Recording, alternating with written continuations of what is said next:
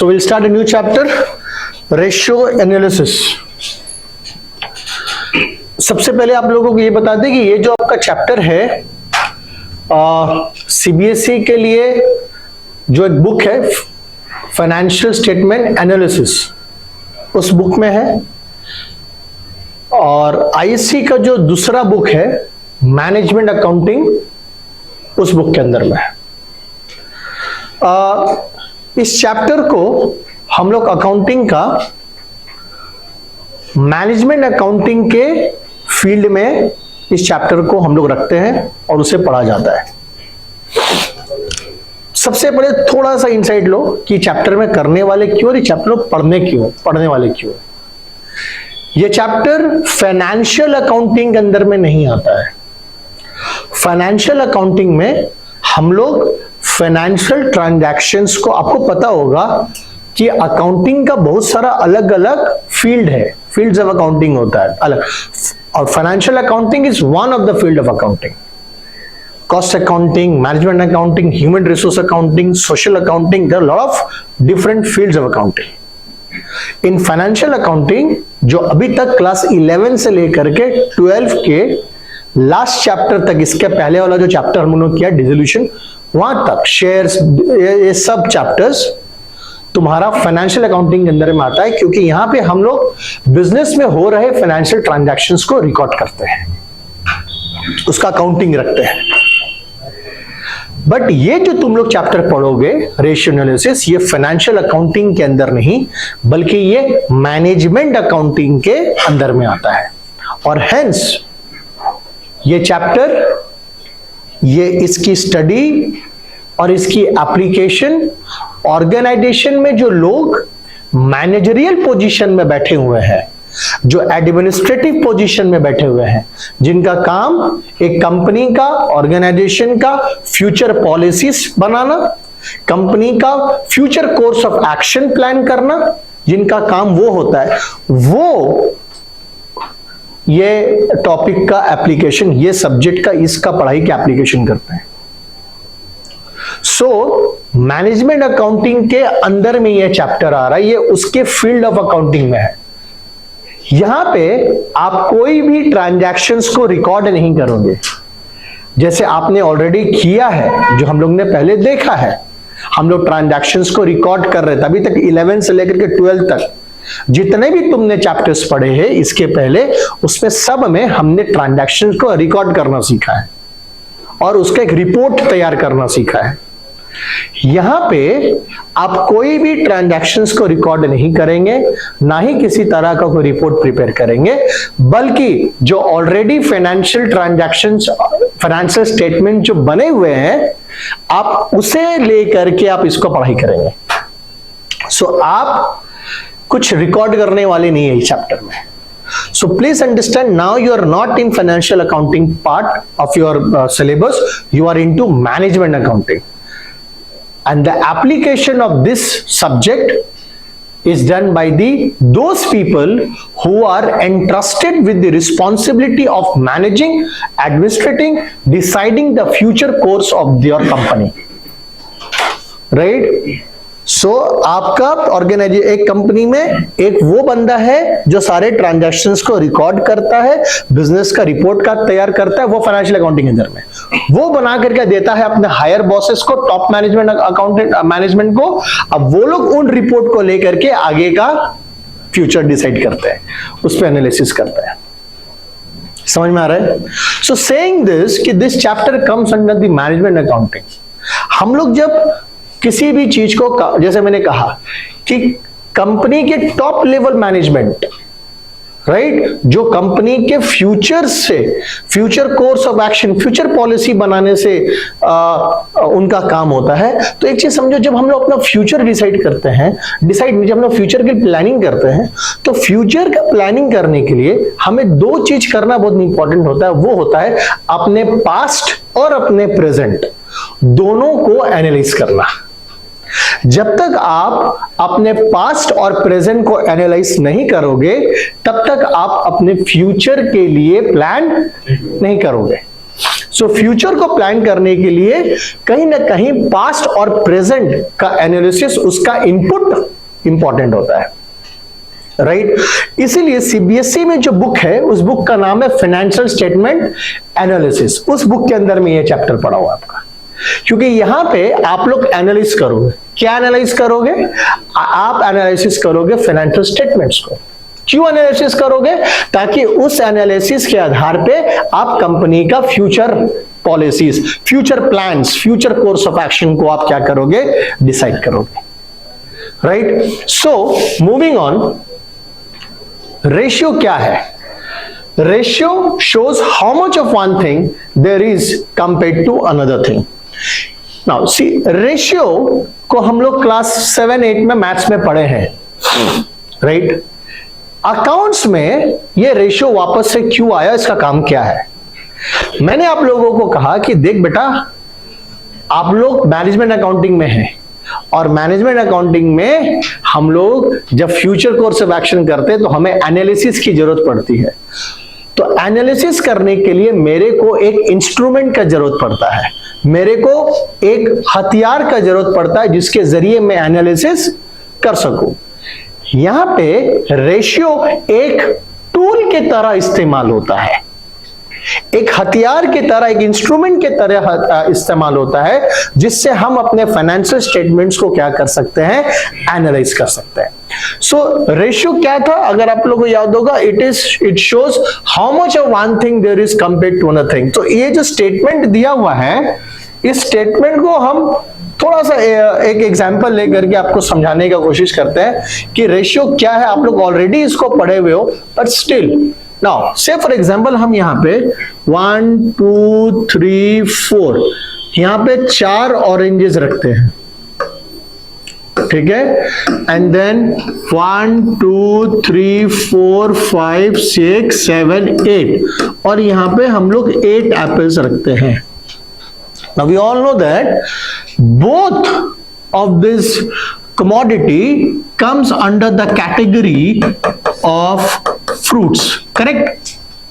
So we have got 2 fruits in this basket. One is orange and the other are apples.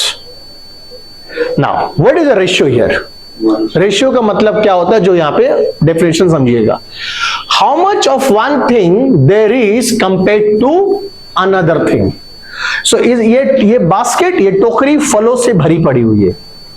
अगर आप इसको ऐसे देखते हैं तो आपको समझ में आता है कि अच्छा भैया 4 नारंगी है और 4 ऑरेंजेस है और 8 सेब है, एप्पल्स है। लेकिन जब मैं जैसे ही ऑरेंजेस को कंपेयर करता हूं एप्पल से, जैसे ही मैं ये दोनों का डेटा को, दोनों नंबर को आपस में कंपेयर करता हूं, सो अपने ऑरेंजेस से 4 और एप्पल्स से 8, कंपैरिजन में आपको ये पता चलता है, कंपैरिजन में आपको ये निकलता है। सो रेशियो को हम बोल सकते हैं कि रेशियो एक ऐसा रिलेशनशिप है जो एस्टैब्लिश होता है after comparing of one thing with the other. So now what is the relationship here? The relationship is 1:2. So what do we understand by this? इसका मतलब होता है हर एक ऑरेंज के लिए जो इस बास्केट में मौजूद है 2 एप्पल्स हैं उसके लिए। मतलब मैंने जब इस बास्केट में एक ऑरेंज डाला तो उसके बदले में मैंने 2 एप्पल डाला, ये एक आउटकम आया। इसको ऐसा भी बोला सकता है that apples are double of oranges. So apple और ऑरेंज का बीच का रिश्ता क्या है? एप्पल और ऑरेंज के बीच का रिश्ता यह है that oranges are half the number of apples और apples are double the number of oranges. Now what I am trying to show to you is that please understand that ये जो मैं आपको अभी कॉन्सिक्वेंस, आपको जो मैं आपको आउटकम, आपको नतीजा बता पाया, ये तभी बता पाया जब मैंने इन दोनों फलों को आपस में क्या किया? कंपेयर किया। तो इससे उस व्यक्ति का प्रायोरिटी पता चल रहा है जो इस बास्केट में एप्पल्स डाल रहे हैं। मतलब उसका ज्यादा पसंदीदा फल एप्पल है। अगेन ये एक वन कंक्लूजन में आ सकता है।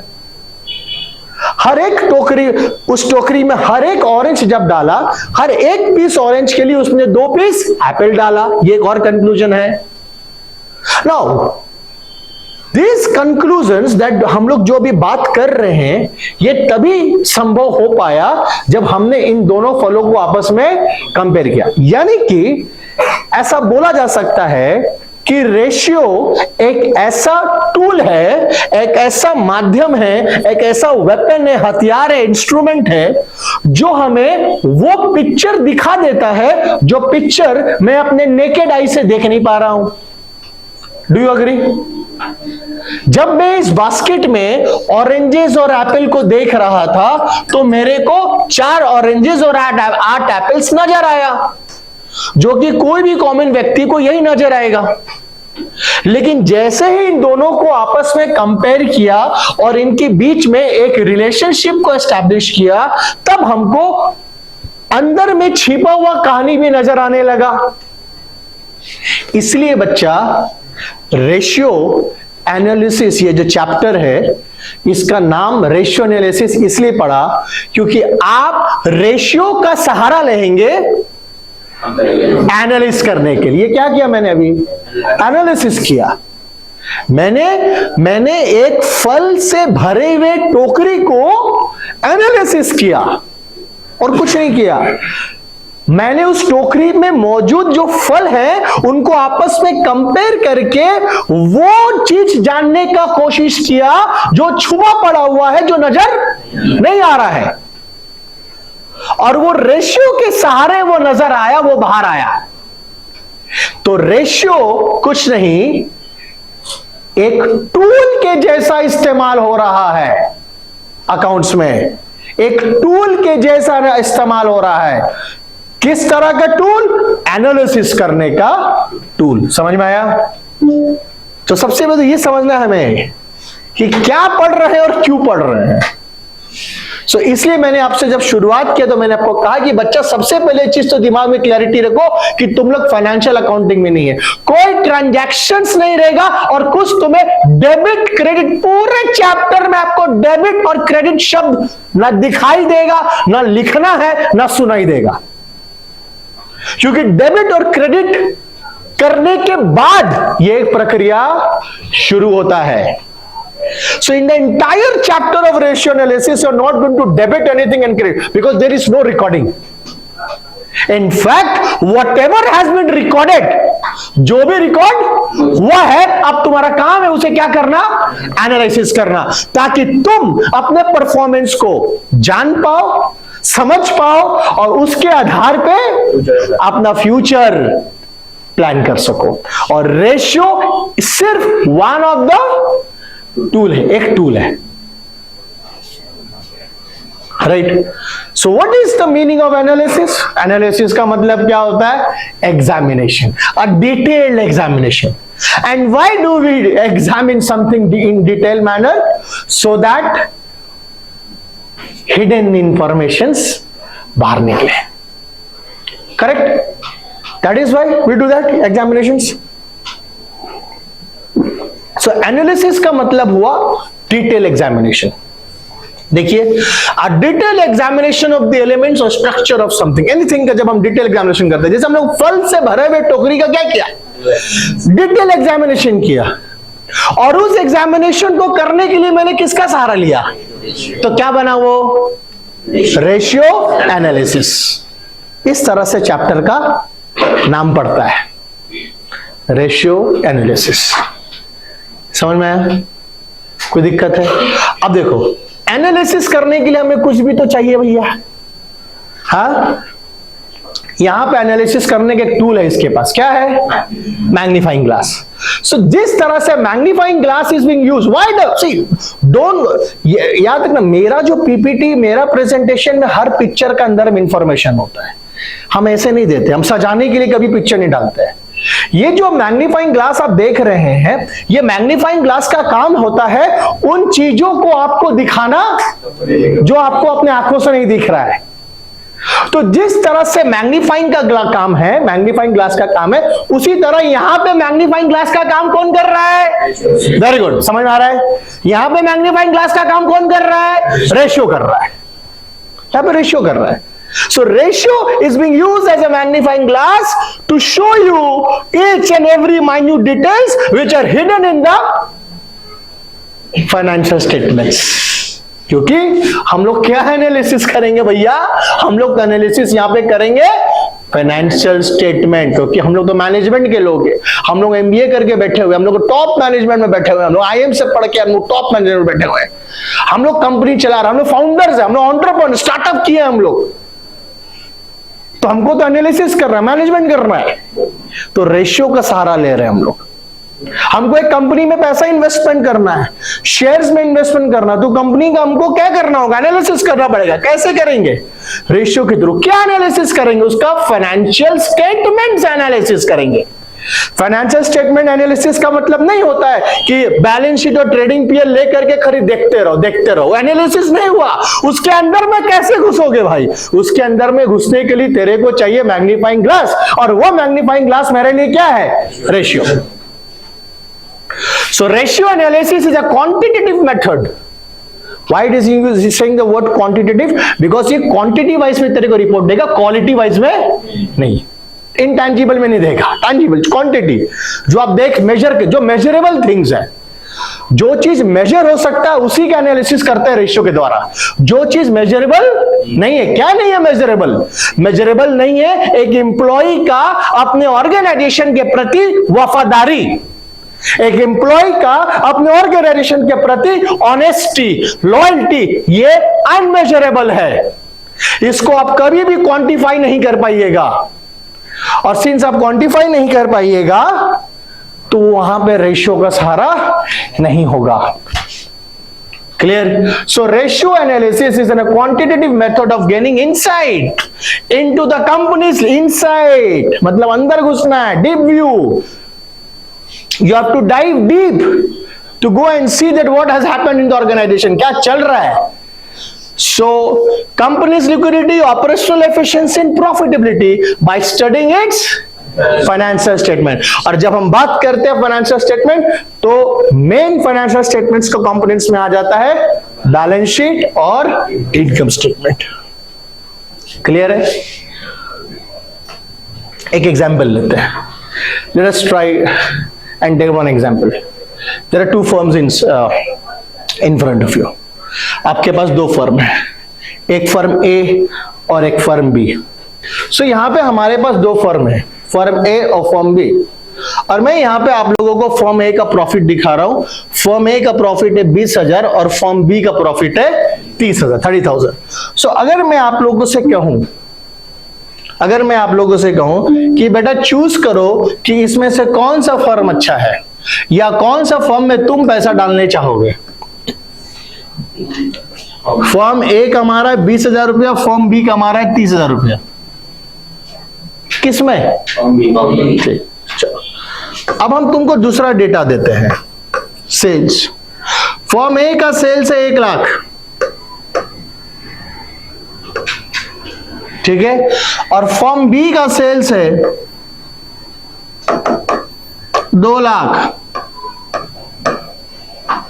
ठीक. फिर मेरा वही क्वेश्चन है, आदित्य, फर्म ए सेल्स कर रहा है 1 लाख और 20,000 का प्रॉफिट कर रहा है, फर्म बी का सेल्स है 2 लाख और 30,000 का भी प्रॉफिट कर रहा है. तो बताओ इसमें से बेटर अर्निंग वाला फर्म कौन है? अगर तुमको बोलेंगे पैसा डालो, तो किस फर्म में पैसा डालोगे? बी में डालोगे, क्योंकि बी का सेल्स भी ज्यादा और प्रॉफिट भी ज्यादा. अब यहां पे एक तुम लोग को जादू दिखाते हैं. ये आंसर गलत है. हम कभी भी बी में पैसा ना डालें, हम तो ए में डालेंगे. क्यों? क्योंकि जब आप फर्म ए का प्रॉफिट को उसका सेल्स से कंपेयर करोगे तो आपको पता चलेगा कि वो 20,000 रुपया कमा रहा है 1 लाख रुपया का सेल्स में. मतलब उसका ऑन इंटू 100 करते हैं तो उसका 20% का प्रॉफिट है.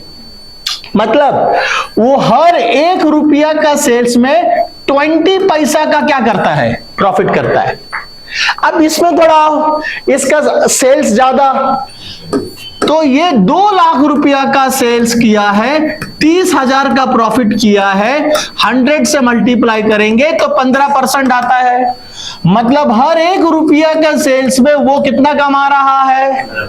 अब देखो, जब तुम ऐसे देख रहे हो बिना किसी इंस्ट्रूमेंट का, एज ए ले पर्सन तुम देख रहे हो, तो तुमको फर्म ए और फर्म बी दोनों में से तुमको बेटर परफॉर्मिंग फर्म कौन लगा, फर्म बी लगा, क्योंकि फर्म बी का प्रॉफिट 30,000, फर्म बी का सेल्स 2 लाख, फर्म ए का सेल्स कितना 1 लाख, फर्म ए का सेल्स 1 लाख, उससे डबल है फर्म बी का सेल्स 2 लाख, फर्म ए का प्रॉफिट 20,000, उससे ज्यादा है फर्म बी का प्रॉफिट 30,000। तो आप कोई भी व्यक्ति देखेगा, अरे वाह, फर्म बी का प्रॉफिट भी ज्यादा कंपेयर करो ए से, फर्म बी का सेल्स भी ज्यादा कंपेयर करो अगर बी से, तो भैया चलो हम बी में डाल देते हैं क्योंकि ए से बेटर है बी। लेकिन जब हमने थोड़ा सा डाइव किया उसका अंदर, थोड़ा सा हम लोगों ने और डिटेल एग्जामिनेशन किया, और जब मैंने फर्म ए का प्रॉफिट को उसके सेल्स से कंपेयर किया, फर्म बी का प्रॉफिट को उसके सेल्स से कंपेयर किया, तो पूरा कहानी ट्विस्ट हो गया, पूरा पिक्चर ही बदल गया। जहां फर्म ए 20,000 रुपया कमाता है 1 लाख रुपया का सेल्स करके, तो फर्म बी 30,000 रुपया कमाता है 2 लाख रुपया का सेल्स करके। यानी कि फर्म ए का प्रॉफिटेबिलिटी ज्यादा है फर्म बी से। फर्म ए 20% का प्रॉफिट मार्जिन रख रहा है, यानी कि कल को अगर इसका सेल्स 2 लाख टच किया, जिस दिन इसका सेल्स में आ गया, फर्म ए का सेल्स अगर फर्म बी का सेल्स में आ गया, जिस दिन 2-2 लाख का सेल्स दोनों का होगा, तो उस दिन इसका प्रॉफिट हमें क्या होगा, 40,000 रुपया होगा, 10,000 का प्रॉफिट इससे ज्यादा होगा। So see, what I am trying to tell you is that there are a lot of hidden informations जो आपको एक कंपनी का फाइनेंशियल स्टेटमेंट्स को देखकर समझ में नहीं आएगा। उस फाइनेंशियल स्टेटमेंट में आपको डुबकी लगाना पड़ेगा, और टॉप मैनेजमेंट के लोग फाइनेंशियल स्टेटमेंट्स में डुबकी लगा, वो लोग फाइनेंशियल स्टेटमेंट्स बनाते नहीं है। फाइनेंशियल स्टेटमेंट्स बनाने का काम फाइनेंशियल अकाउंटिंग वाले लोगों का है, वो लोग बना करके दे देते हैं बस। और मैनेजमेंट वाले लोग उस फाइनेंशियल स्टेटमेंट में क्या लगाते हैं, डुबकी लगाते हैं, ताकि वहां से अंदर जाकर के उन मोतियों को तलाश कर पाए जो अंदर छुपा हुआ है, पता चल सके भैया क्या है अंदर। बाहर से तो पानी बहुत अच्छा दिख रहा है, अंदर जाके देखे कि अंदर में कितना साफ है, अंदर में क्या है। तो वो डुबकी लगाने के लिए हमको रेशियो का सहारा चाहिए, इसलिए हम लोग ये कर रहे हैं। क्लियर है? आगे बढ़ते हैं। अब सेम यहां पर भी कर सकते हैं। दो स्टूडेंट अकाउंट्स में 60-60, दोनों को 60-60 मिला। हम लोग जब दोनों को मार्क्स देखेंगे 60-60 बोलेंगे अरे भैया दोनों तो सेम है, दोनों का परफॉर्मेंस सेम है। लेकिन अगर हम बताइए 100 में इसको 60 मिला है और इसको 80 में 60 मिला है, तो ऑटोमेटिकली इसका परसेंटेज क्या हो जाएगा। तो when you compare ना, then you get the correct picture, you get the correct information, and that is what ratio helps us to do. So what are we here to analyze? What to analyze in the financial statement? Financial statement में हम लोग क्या analysis करेंगे? So अब हम आप लोगों को बता दें क्या एनालिसिस करेंगे, उसके आधार पे हमारे पास टाइप्स ऑफ रेशियोज है। सो जब हम बात करते हैं फाइनेंशियल स्टेटमेंट, तो फाइनेंशियल स्टेटमेंट में हम लोग अपना दिमाग में रख रहे हैं revenue statement, that is statement of peer, और दूसरा क्या रख रहे हैं, balance sheet. So balance sheet में क्या होता है, एसेट्स, लायबिलिटी, कैपिटल, और रेवेन्यू स्टेटमेंट में क्या होता है, एक्सपेंसेस और रेवेन्यू, प्रॉफिट लॉस, यही सब तो है।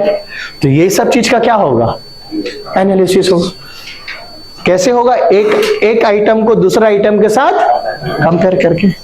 बैलेंस शीट के आइटम हो सकता है किससे कंपेयर होगा, रेवेन्यू स्टेटमेंट के आइटम से कुछ कंपेयर हो सकता है, बैलेंस शीट के आइटम आपस में भी कंपेयर हो सकता है।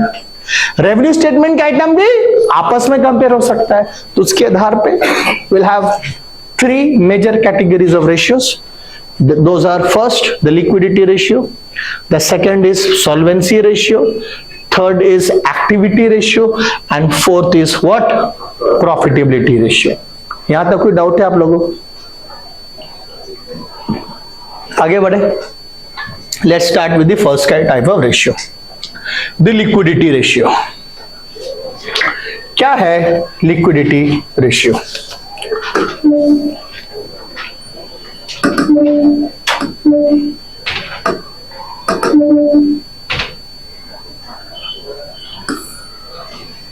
Liquidity ratio means, measures, क्या measure करता है liquidity ratio?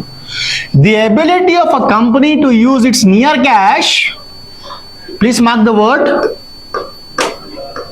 near cash, right?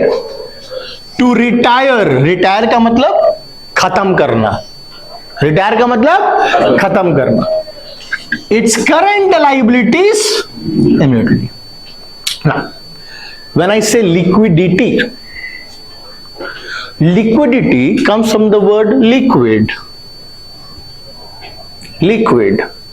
and liquid in accounts means cash, correct?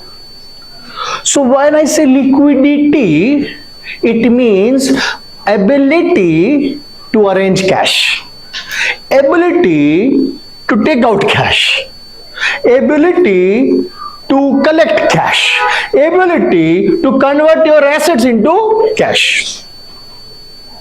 That is liquidity. I'll tell you an example. One of your friend who is a millionaire, करोड़पति है, she is having 2 crore का bungalow, 1 crore का गाड़ी, right, lots of assets, and he comes and asks you, भाई मेरे को 10,000 रुपया कर्जा चाहिए, please give me 10,000 का डेप्ट. He's a friend. Now, जब आप उसको 10,000 रुपया कर्ज देंगे, तो आप उस 10,000 रुपया का कर्ज देने का पहले टेक्निकली स्मार्ट बंदा, अगर मैं किसी को, ऐसा व्यक्ति को 10,000 रुपया कर्ज दूं, तो मैं उसका कभी भी गाड़ी घोड़ा बंगला नहीं देखूंगा. मैं देखूंगा उसका अकाउंट में, बैंक में पैसा है कि नहीं, कितना है, और उसके पास एबिलिटी है कि नहीं ये 10,000 रुपया हमको वापस करने के लिए. क्योंकि बहुत साफ सी बात है, ये 10,000 रुपया वसूल करने के लिए 2 करोड़ का बंगला नहीं बेचेगा, 1 करोड़ का गाड़ी नहीं बिकेगा, नहीं बेचेगा. अगर हमको जरूरत पड़ गया कभी अचानक से, जो मैं उसको लोन दिया हूं 10,000 रुपये जो मैं उसको देने वाला हूं, अगर हमको जरूरत पड़ गया कि हम 1 सप्ताह में लेंगे उससे पैसा वापस, 1 महीना में वापस लेंगे, तो क्या ये 1 महीना में 10,000 रुपया लिक्विड कैश हमको अरेंज करके देगा? मेरा बात समझ में आ रहा है? आपके पास करोड़ों का संपत्ति है, आपके पास जायदाद है, आपके पास जमीन है, आपके पास खेत खलियान सब है, हमको उससे कोई मतलब नहीं. हमको इससे मतलब है कि आप हमको 10,000 रुपया, आपके पास सोर्स है कि नहीं, क्या आप वो 10,000 रुपया आपके पास लिक्विड है कि नहीं, क्या आप वो लिक्विड कैश अरेंज कर पाइएगा कि नहीं, अगर हमको जैसे जरूरत पड़ेगा तो हमको दे पाइएगा कि नहीं. क्योंकि हमको पता है उस 10,000 रुपया को हमें पे करने के लिए आप अपना गाड़ी नहीं बेचिएगा, बंगलो, अगर बंगलो बेचिएगा तो बहुत समय लग जाएगा. सो देयरफॉर जब कंपनी का हम लोग लिक्विडिटी टेस्ट करते हैं, इसका मतलब यह होता है कि एक कंपनी कितना तैयार है अपने इमीडिएट करंट लायबिलिटीज को, अपने करंट लायबिलिटीज को पे करने के लिए. अगर कल को ऐसा सिचुएशन आ जाए जहां पे सारे क्रेडिटर्स आके खड़े हो गए, या कंपनी बंद हो रहा है, या क्रेडिटर्स आकर के पैसा मांग रहे हैं, तो क्या कंपनी इस हालात में है? क्या कंपनी के पास इतना इनफ कैश या near to cash? Near to cash का मतलब होता है वो एसेट्स जो कैश में तुरंत कैश में कन्वर्ट मत होंगे, मत बोलना ये बिल्डिंग में कैश में कन्वर्ट हो सकता है मेरा, ये बिल्डिंग भी मेरा कैश में कन्वर्ट हो सकता है, समय लगेगा, 2-3 महीना लग जाएगा, कन्वर्ट हो जाएगा. मैं कह रहा हूं नियर टू कैश का मतलब होता है जो कैश तो नहीं है लेकिन कैश के जैसा ही है, उसको कम से कम समय में मैं उसे कैश में कन्वर्ट कर लूंगा। सो जब हम लिक्विडिटी टेस्ट करते हैं, करेक्ट, जैसे मैंने कहा अगर आपका दोस्त आपसे 10,000 रुपया मांगने आएगा, छोटा अमाउंट है, आप उसको 10 साल के लिए 10,000 रुपए नहीं देंगे, आप उसको 1 महीना में वापस लेंगे, तो आप ये देखेंगे कि 1 महीना में ये 10,000 रुपए हमको वापस। लेकिन अगर कल को आपसे 1 करोड़ रुपया का लोन मांगने आएगा, तो 1 करोड़ रुपया का लोन देने के लिए आप उसका पूरा क्या देखेंगे, जायदाद देखेंगे, संपत्ति देखेंगे, क्योंकि वो 1 करोड़ रुपया आप उसको दे रखे सालों तक, तो फिर आप उसको वो देखेंगे। समझ में आ रहा है कि नहीं आ रहा है? तो जब हम लोग लिक्विडिटी रेशियो के बारे में बात करते हैं, राइट, तो जब आप किसी कंपनी में पैसा इन्वेस्ट करें, हाँ, आप क्रेडिटर है, क्या है आप? क्रेडिटर है, आप सप्लायर है, और एक कंपनी आपसे आया माल उधार में खरीदने के लिए, तो आप उस कंपनी को उधार में माल बेचना आपको चाहिए कि नहीं चाहिए? आप इसका टेस्टिंग कर सकते हैं उस कंपनी का लिक्विडिटी पोजीशन देख करके। कैसे? आप देखो कि अभी फिलहाल उसका कंपनी का करंट लायबिलिटी कितना है, और करंट लायबिलिटी को पे करने के लिए कभी भी कंपनी अपना फिक्स एसेट्स को बेचेगा नहीं। करंट लायबिलिटी हमेशा हम लोग कहां से पेमेंट करते हैं? करंट एसेट से ही पेमेंट करते हैं। Current liabilities are always met from where? From current assets. So current liabilities are always made from current assets. So therefore you, if you are a creditor और आपको एक company को उधार में माल बेचता है, आप चेक करोगे बड़ा इसका मशीन लाखों का है, जमीन है, बिल्डिंग है, झांक के देखो बैंक में कितना है, झांक के देखो कैश में कितना है, लिक्विड देखो, देखो डेटर्स कितना है, इसका करंट एसेट स्टॉक देखो कितना है, करंट एसेट्स देखो इसका, और वो देखने के बाद तब तुम डिसाइड करो कि हाँ, अगर हम इसको उधार में आज माल बेच रहे हैं तो कल को अगर हमको जरूरत पड़ गया तो ये पैसा देने के पोजीशन में है भी कि नहीं। जब तुम ये श्योरिटी हो जाएगा तो बेच दो उसको माल उधार में।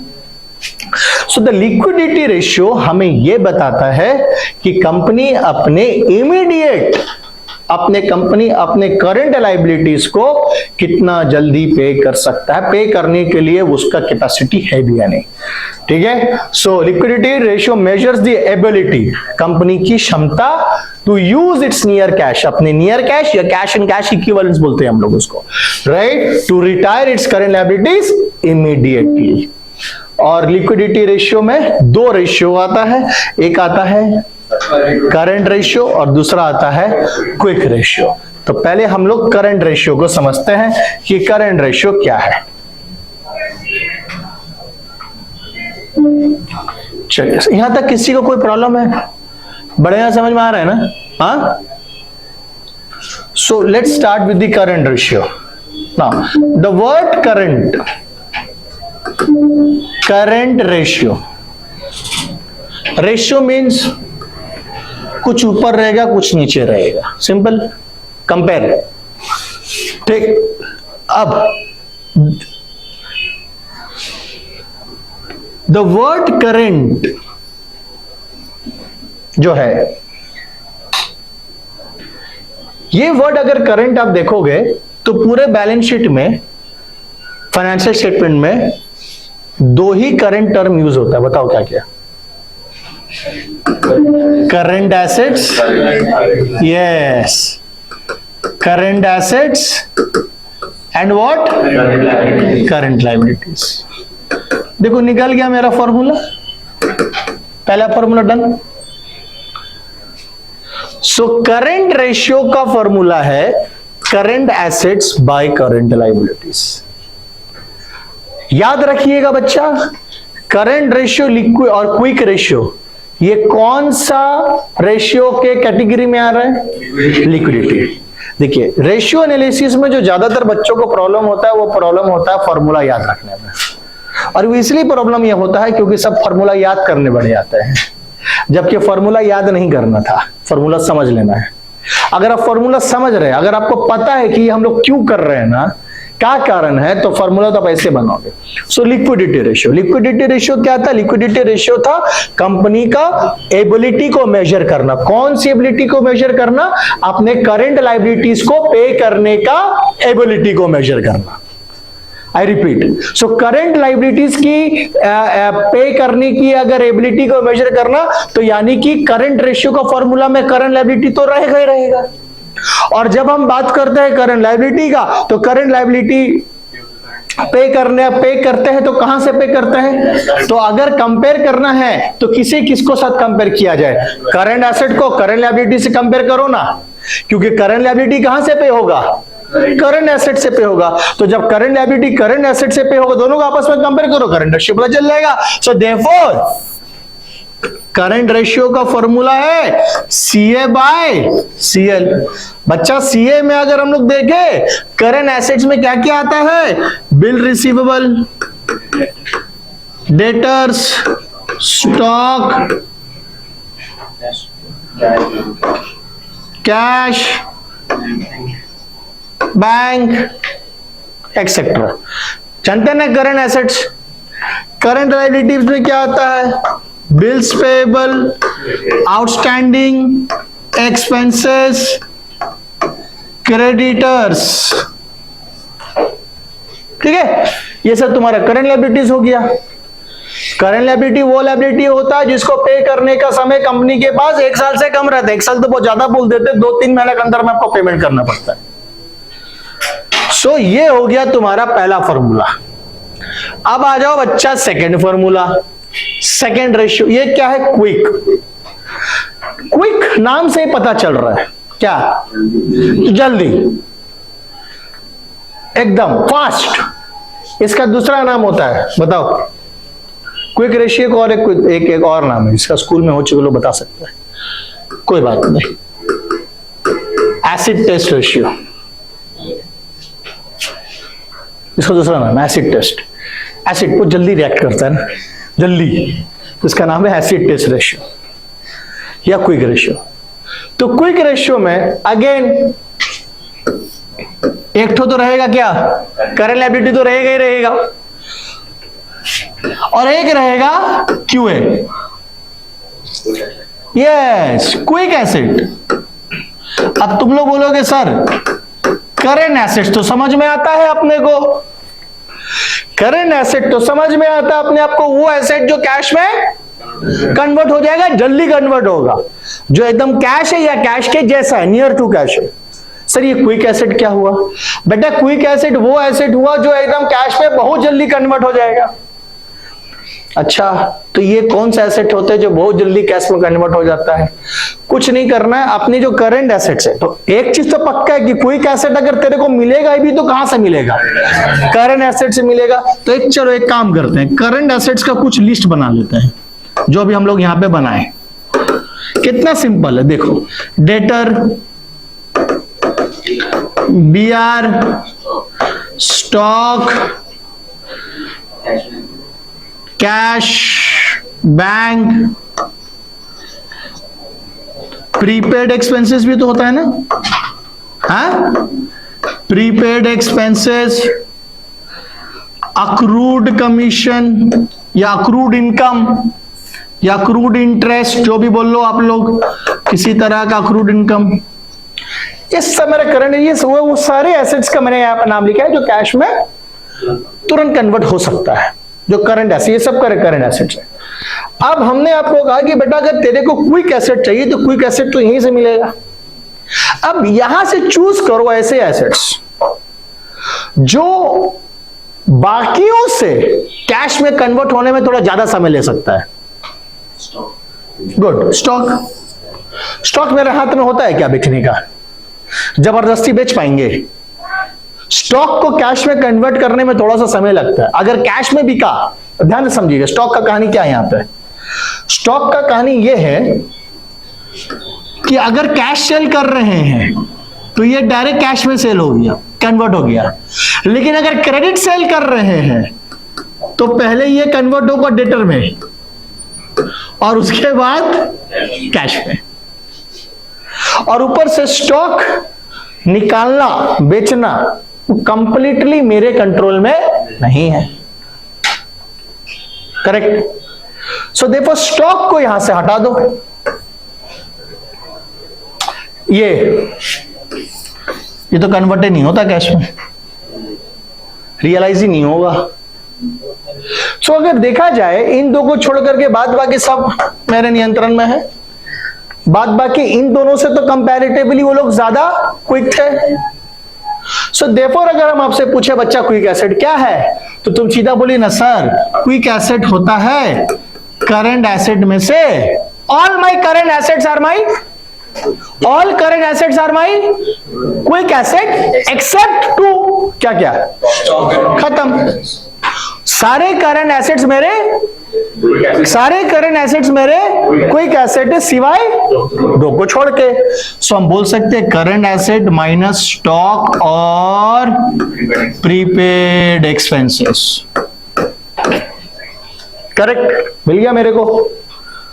सो एक हो गया मेरा करंट रेशियो और एक हो गया मेरा क्विक रेशियो। एक हो गया मेरा करंट रेशियो और एक हो गया मेरा क्विक रेशियो।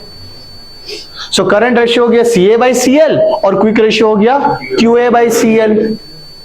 QA क्या हुआ, सारा current asset is CA = QA except 2, that is stock and prepaid expenses. खत्म,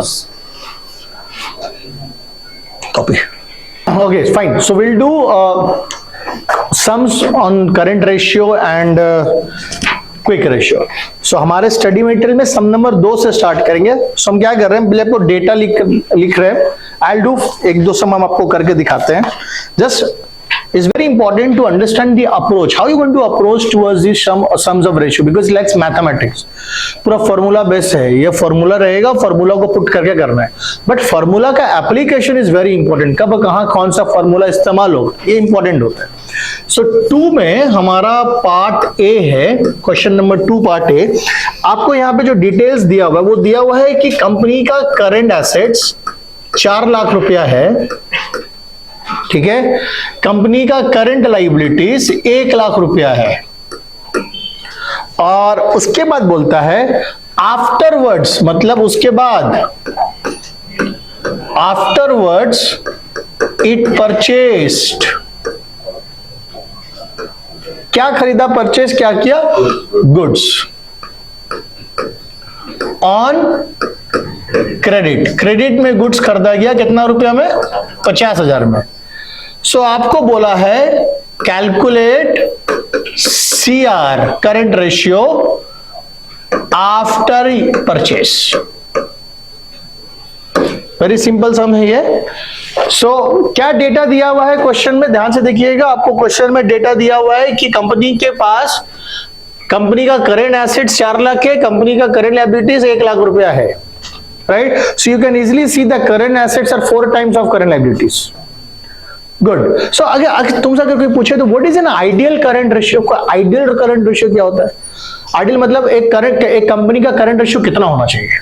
जनरली हम लोग बोलते हैं 2:1। Current asset should be twice than of current liability.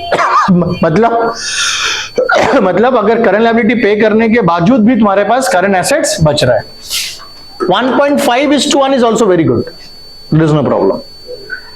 1:1 is again okay, अगर हम नेक टू नेक चल रहे हो, but not less than 1, then your liquidity डगमगाया हुआ है, ठीक है। सो एनीथिंग बिटवीन 1.5:1 से 2:1 दैट इज रिकमेंडेड एज, ठीक है, ये इतना होना चाहिए भाई। एनीवेज, तो हमको बोला गया है कि यहाँ ये है, उसके बाद बोला जाता है कि आफ्टरवर्ड्स इट परचेज, बाद में, मतलब ये करंट एसेट करंट लायबिलिटी जो है ये है, उसके बाद में कंपनी ने 50,000 रुपया का सामान खरीदा उधार में। खरीदने के बाद अब आपका करंट रेशियो कितना होता है? तो सबसे पहले हमें अपना क्लैरिटी के लिए लिखना चाहिए current asset is equal to CA/CL। After purchase, purchase करने के बाद, आफ्टर परचेज, सो खरीदने के बाद आपका करंट एसेट्स अब हो जाता है 4 लाख प्लस 50,000। क्योंकि ये मत बोलो कि जो गुड्स है, गुड्स हमारे लिए क्या है, करंट एसेट, वो स्टॉक में जा रहा है मेरा, ये मेरा करंट एसेट्स है। और करंट लायबिलिटी मेरा पहले अब 1 लाख था, तो वो कितना बन गया, 50,000 से वो भी बढ़ गया, क्योंकि हमने ये जो गुड्स खरीदा है कैसे खरीदा है, क्रेडिट में खरीदा है। तो क्रेडिट में अगर हमने गुड्स खरीदा है तो मेरा करंट एसेट्स भी 50,000 से बढ़ गया और मेरा करंट लायबिलिटीज भी 50,000 से बढ़ गया। सो देयरफॉर अब आपका जब सीआर होगा तो वो होगा CA बाई CL, ये बार बार लिखने की जरूरत नहीं है, that is 4,50,000 divided by 1,50,000 which is equal to 3:1। ये हो गया आपका 2A। ठीक है, चलिए इसी का 2 का पार्ट बी करते हैं। 2 पार्ट बी, यहां पे क्या बोल रहा है पार्ट बी में? पार्ट बी में बोलता है कंपनी का current liabilities of a company CL is 2.5, right? CL 2.5, 2.5 का मतलब होता है, सॉरी CL नहीं, CR current ratio is equal to 2.5, 2.5 मतलब होता है 2.5:1। और उसके बाद आपको बताया गया है कि जो कंपनी के करंट लायबिलिटीज है वो कितना रुपया है, 60,000 रुपया का करंट लायबिलिटीज भी है। उसके बाद कंपनी ने 20,000 ट्रेड पेबल्स को पे कर दिया, ₹20,000 paid, 20,000 were paid to what? To whom? To trade payables. So question आपको बोलता है कि ये जो 20,000 रुपया पेमेंट करने के बाद ट्रेड पेबल्स, याद रखिएगा ट्रेड पेबल आपका क्या है, it's a current liability. Trade payables के अंदर में आता है क्रेडिटर्स और बिल्स पेएबल, शेड्यूल 3 काम आएगा यहां पे। सो देयरफॉर 20,000 वर पेड। आपको क्वेश्चन बोल रहा है कि ये 20,000 पेमेंट करने के बाद करंट रेशियो कितना हुआ, 20,000 रुपया पेमेंट करने के बाद। अब थोड़ा सा अपना डेटा देखो, डेटा में क्या क्या दिया हुआ है। डेटा में है CR, करंट लायबिलिटी दिया हुआ है और ये बता दिया है कि 20,000 रुपया पेमेंट हो गया। तो अगर 20,000 रुपया पेमेंट जब हो जाएगा तो हमको पता है after payment of trade payables current liability हो जाएगा 60,000 minus 20,000 which is equal to how much, 40। So payment करने के बाद का करंट रेशियो चाहिए, पेमेंट करने का पहले का करंट रेशियो तो हमको दिया हुआ है क्वेश्चन में। क्वेश्चन बोल रहा है पेमेंट करने के बाद करंट रेशियो कितना होगा। सो पेमेंट करने के बाद का हमको करंट लायबिलिटी चाहिए और पेमेंट करने के बाद का हमको करंट एसेट। करंट एसेट तो पता नहीं है, तो हम क्या करेंगे, पेमेंट करने का पहले मेरा करंट एसेट कितना था वो पता करेंगे। तो वो कैसे पता करेंगे, पेमेंट करने का पहले मेरा करंट एसेट कितना था कैसे पता चलेंगे? अरे भैया करंट एसेट निकालने का कोई फॉर्मूला बताए हैं? करंट एसेट निकालने का कोई फॉर्मूला बताए हैं? नहीं बताए। तो फिर करंट एसेट किसका फॉर्मूला में आता है? करंट रेशियो का फॉर्मूला में आता है। ये दिमाग लगाओ, करंट रेशियो का फॉर्मूला में आता है current asset by current ratio. तो आपको 2.5/1 दिया था, और जब करंट रेशियो 2.5/1 था तो CL आपका कितना था, 60, क्रॉस मल्टीप्लीकेशन करो 1,30,000। So 1,30,000 is equal to what, CA। ये जो 1,30,000 रुपया CA निकला, कब का निकला? पहले वाला निकला है, जब करंट लायबिलिटी 60 था, ट्रेड पेबल पे करने के बाद। तो दिमाग लगाओ, आज हम ट्रेड पेबल पे कर रहे हैं, करंट लायबिलिटी 20,000 रुपए से कम हुआ, बट अगर लायबिलिटी 20,000 से कम हुआ तो ऑटोमेटिकली कहां से पे करेंगे ट्रेड पेबल्स को? करंट लायबिलिटी कहां से पे करेंगे? करंट एसेट से पे करेंगे। सो फिर 1,50,000 है ये, सो 1,50,000, ठीक है। सो आफ्टर पेमेंट मेरा करंट एसेट्स हो जाता है 1,50,000 minus 20,000 which is equal to how much. So payment करने के बाद मेरा करंट एसेट कितना है, 30, और पेमेंट करने के बाद अभी मैंने निकाला मेरा करंट लायबिलिटी कितना है, 40। तो मेरा CR कितना निकल गया बच्चा, मेरा CR निकल जाएगा CA that is 1,30,000 divided by current liability that is how much, 40। कितना आ रहा है, 3.25:1। समझ में आया? एक और सम लेते हैं, ध्यान दीजिए, नंबर 3। पूरा फॉर्मूला के साथ खेलना, एक फॉर्मूला के अंदर में दूसरा फॉर्मूला छिपा रहेगा और हर चीज का फॉर्मूला याद नहीं कर सकते, इसलिए आपको थोड़ा सा समझना पड़ेगा कि कौन फॉर्मूला लगा के क्या निकल सकता है। नंबर 3 में देखिए, आपको बोला है कि current ratio from, calculate current ratio from the following. क्या क्या दिया हुआ है आपको? सीआर निकालने बोला, पहले प्लीज ध्यान से समझिएगा, सीआर निकालने बोला आपको दिया हुआ है टोटल डेप्ट। टोटल डेप्ट कितना है? और क्या दिया हुआ है? वर्किंग कैपिटल दिया हुआ है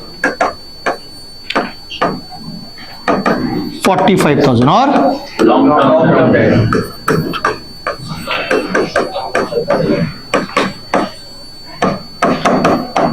ठीक है। यही 3 इंफॉर्मेशन है।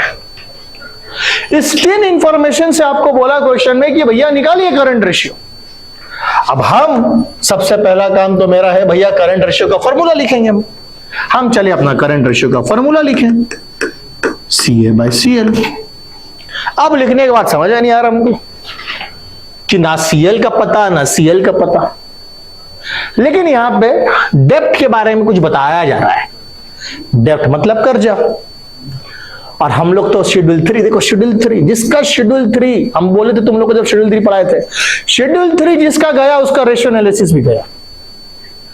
शेड्यूल 3 अगर आपको पता होगा तो थोड़ा सा ध्यान दीजिएगा लायबिलिटी साइड में। Non current liability,